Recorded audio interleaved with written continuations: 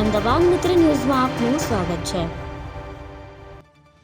અમદાવાદની કાકડાપીઠ પોલીસે સાયબર ક્રાઇમમાં ઉપયોગમાં લેવાય તે પહેલાં પ્રી એક્ટિવેટેડ સિમ કાર્ડનું ગેરકાયદે વેચાણ કરતા ઉત્તરાખંડના 2 શખ્સો અને સિમ કાર્ડ ખરીદનાર અમદાવાદના એક શખ્સ સહિત કુલ 3 આરોપીઓને ઝડપી પાડ્યા છે। પોલીસે આરોપીઓ પાસેથી 108 પ્રી એક્ટિવેટેડ સિમ કાર્ડ અને 5 બાયોમેટ્રિક મશીન સહિત કુલ ₹1.09 લાખનો મુદ્દામાલ કબજે કર્યો છે।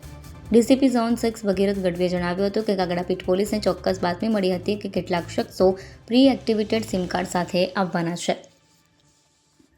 આરોપીઓ કસ્ટમર પાસે સિમ કાર્ડ એક્ટિવેટ કરવા માટે ફિંગરપ્રિન્ટ લેતા હતા, ત્યારબાદ સિસ્ટમમાં ભૂલ કે રજિસ્ટ્રેશન ફેલ થવાનું ખોટું બહાનું બતાવી ગ્રાહકની 2 થી 3 વખત ફિંગરપ્રિન્ટ લઈ લેતા હતા। આ રીતે એક જ વ્યક્તિના નામે અન્ય રાજ્યોના સરનામે 2 થી 3 pre activated sim card Vi, Jio અને એરટેલ ચાલુ કરી લેતા। આરોપીઓ સામાન્ય રીતે એક સિમ કાર્ડ ₹800 થી 1000માં વેચતા હતા, જ્યારે કોઈ ગુનાહિત સિન્ડિકેટ હોય તો તેમની પાસેથી ₹1500 થી 2000 કે તેથી વધુ કિંમત વસૂલતા।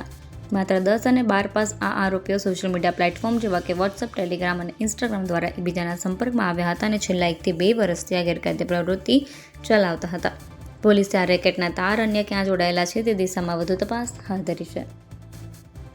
અહેમદાબાદ મિત્ર ન્યૂઝની યુટ્યુબ ચેનલને સબસ્ક્રાઇબ કરો અને બેલ આઇકોન જરૂરથી દબાવો, જેથી દરેક મહત્ત્વના વિડીયોની નોટિફિકેશન તમને મળતી રહે।